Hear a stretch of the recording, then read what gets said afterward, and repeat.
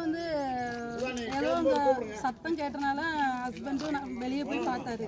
பார்த்தபோது யாரோ சுற்றிட்டு இருக்க மாதிரி இருக்கனால ஒரு நபரை பார்த்தோம்.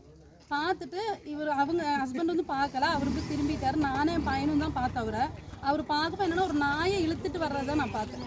அதுக்கப்புறமா அவர்கிட்ட கேட்டால் நீங்கள் எங்கேருந்து வரீங்க, எதுக்கு இங்கே சுற்றுறீங்கன்னு கேட்கும்போது இங்கே வந்து வேலை, இங்கே பில்டிங்கில் வேலை பார்க்குறேன்னு சொன்னாங்க. அப்போ இந்த நேரத்தில் இந்த பக்கம்லாம் சுற்றாதீங்க, நீங்கள் வந்து இப்படி சுற்றக்கூடாது, உங்கள் இடத்துக்கு போங்கன்னு சொல்லிட்டோம். அவர் போகும்போது அவர் கை ஃபுல்லாக ஆயிலாக இருந்துச்சு நிறையா. அப்போ தான் அவர் வந்து ஆயிலை கட் பண்ணி ஒரு கையிலலாம் ஊற்றிருக்காரு. அப்போ நான் என்ன நினச்சேன்னா, திருடனுக்கு வந்து திருடுறதுக்காக வந்து ஆயில் தடவிட்டு வருவாங்க, நம்ம கேள்விப்பட்டிருக்கோம். அந்த மாதிரி யாருக்கும் டவுட்டில் தான் இருந்துச்சு. அதுக்கப்புறமா உங்கள் இடத்துக்கு போங்கன்னு சொல்லிட்டு நானும் பையனும் வீட்டுக்கு வந்துட்டோம். வீட்டுக்கு வந்ததுக்கு அப்புறமா எனக்கு திடீர்னு என்ன தோணுச்சு, நாய் இழுத்துட்டு போனார் பார்த்தீங்களா, தாகத்தை ஏதோ அவர் பண்ணுறாரோ அப்படின்ட்டு எங்கள் ஹஸ்பண்ட்கிட்ட சொன்னேன். நாயத்தை ஏதோ பண்ணுறான்னு போட்டிருக்கேன், எனக்கு அப்படி தோணுது, நீங்கள் அங்கே போய் பாருங்கன்னு சொல்லவும் கரெக்டாக அந்த நேரத்தில் வீட்டு வேலை நடந்துருக்க வீட்டிலேருந்து நாய் அழுகிற சத்தம் கேட்டுச்சு. சத்தம் என் ஹஸ்பண்டு போய் பார்க்குறாரு. நாங்களும் அதுக்குள்ளே போய் பார்க்கும்போது என்ன நடக்குன்னா, டாகை வந்து செக்ஸுவல் டார்ச்சர் ஒரு பண்ணுறது நேற்றுங்க நாங்கள் பார்த்தோம். எனக்கு அது பார்த்தாலேருந்து இன்னுமே என் மனசு ஆறவே இல்லை.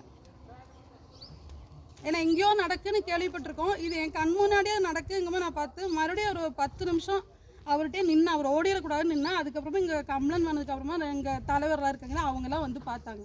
இதுதான் நேற்று நடந்துச்சு. எனக்கு இது ஏன் வெளியே சொல்லணும் அப்படின்னா, டாகுனாலுமே அந்த இடத்துல என் குழந்தையாவது அந்த நான் டாகை பார்த்தேன். எனக்கு இன்னுமே அந்த இது மறக்க முடியல.